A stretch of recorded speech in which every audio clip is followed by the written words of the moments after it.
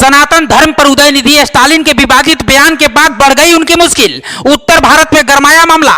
उत्तर प्रदेश के रामपुर में उदयनिधि स्टालिन पर दर्ज हुआ केस तो बिहार के चर्चित यूट्यूबर मनीष कश्यप की मां ने राष्ट्रपति से स्टालिन पर एनएसए लगाने की मांग की। अयोध्या में संत समाज में है खासा नाराजगी। जगत गुरु परमहंस आचार्य ने सर कलम करने पर 10 करोड़ का इनाम देने की कर दी घोषणा। तमिलनाडु के मुख्यमंत्री एमके स्टालिन के बेटे उदयनिधि स्टालिन के सनातन पर दिए गए बयान से अगर आप भी नाखुश हैं तो इस खबर को शेयर कर सनातन की ताकत दिखाइए और कमेंट बॉक्स में जय श्री राम जरूर लिखिएगा।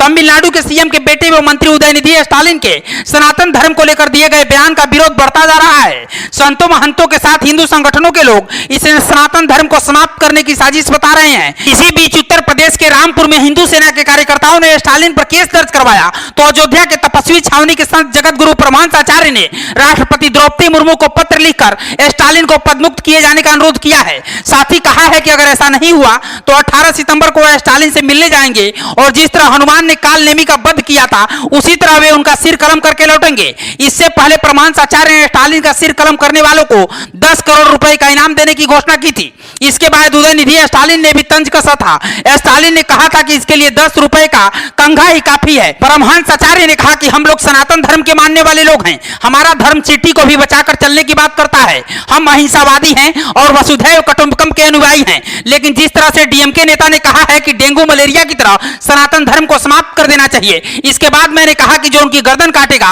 उसे 10 करोड़ रुपए इनाम दूंगा। इस पर उन्होंने पलटवार किया और कहा कि मैं अपने बयान पर अड़िग हूं। फिर भी उनका बयान आ गया है कि हमें कोई फर्क नहीं पड़ता, हमारे दादा को ऐसी भी धमकी मिली थी।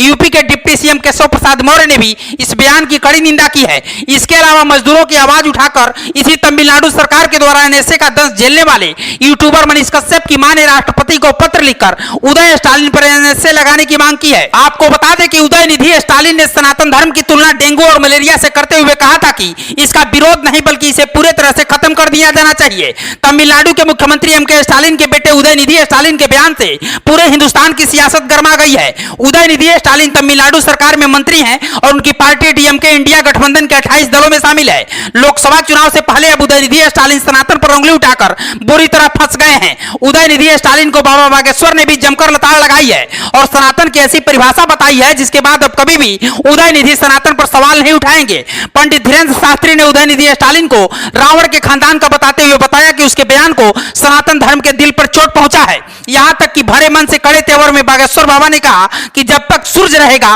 तब तक सनातन धर्म रहेगा। फिलहाल उदयनिधि स्टालिन के बयान से पूरे उत्तर भारत में हंगामा मचा है।